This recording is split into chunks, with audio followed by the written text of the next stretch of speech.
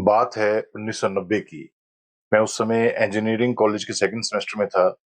Extra curricular activity के लिए मैंने एनएसएस चुना, जिसके तहत मुझे पास के एक स्लम बस्ती में फीमेल एडल्ट लिटरेसी कैंपेन में भेजा गया। मेरे ग्रुप में हम 3 लोग थे, एक मैं और यूनिवर्सिटी की 2 स्टूडेंट्स। हमें टास्क मिला उस बस्ती की करीब 30 इलिटरेट महिलाओं को बेसिक पढ़ना लिखना और हिसाब किताब करना सिखाना।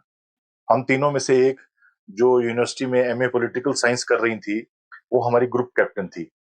हम रोज अपनी अपनी क्लासेस के बाद उस बस्ती में जाते थे और एक मंदिर के ग्राउंड में लेडीज को पढ़ाते थे। हमारी जो कैप्टन थी वो बहुत जोशीली थी, जैसे कोई टिपिकल तेज तर्रार सोशल एक्टिविस्ट होती है।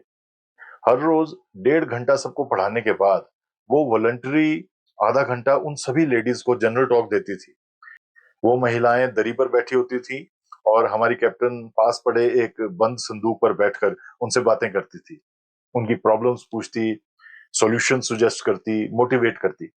मैं अक्सर उसके साथ उस आधे घंटे भी रुक जाता था, उसको सपोर्ट देने के लिए। पीछे कुछ दूरी पर खड़ा देखता सुनता रहता था। हालांकि एक और कारण भी था, वो जो जो बातें उन लेडीज को बताती थी वो मुझे भी बहुत मोटिवेटिंग और एजुकेटिव लगती थी। मुझे याद है वो अक्सर बड़े बेसिक एग्जाम्पल देकर गहरी बातें लेडीज को समझाती थी। फॉर एग्जाम्पल, वो कहती थी कि जैसे कोई जूता टूट जाए तो उसे रिपेयर किया जा सकता है, फेंकना जरूरी नहीं। वैसे ही लाइफ में कुछ गलत हो जाए, टूट जाए, वो रिपेयर हो सकता है, ठीक हो सकता है। ऐसे ही वो समझाती थी कि जैसे धूल से गंदा जूता साफ होकर फिर चमक सकता है, वैसे कोई भी इंसान हमेशा बुरा नहीं होता। कई बार वो सिर्फ हालात का मारा होता है। वो औरतों को घर के काम के अलावा कुछ कमाई के लिए, अपने पैरों पर खड़ा होने के लिए, छोटा मोटा काम करने के लिए मोटिवेट करती थी। उन लेडीज को मेंटली मजबूत बनाने के लिए उसका एक पेट एग्जाम्पल था, जो आज भी मुझे याद है।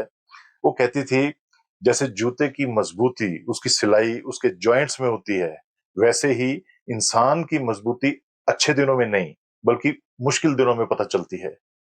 एक शाम सेशन के बाद घर लौटते समय रास्ते में मैंने उससे पूछा, रविंदर जी, आपको इन सब प्रैक्टिकल बातों का कैसे पता है?"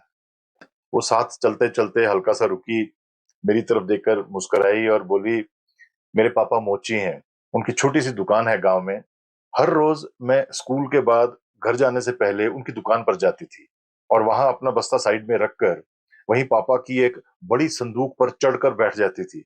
सब देखती सुनती रहती थी जो पापा मुझसे या किसी से भी कहते थे। शी सेड, जब मैंने वैसी ही संदूक मंदिर के ग्राउंड के कोने में पड़ी देखी, तो मन में आया कि मैं वो सभी बातें इन लेडीज से भी शेयर करूं जो मैंने सीखी थी।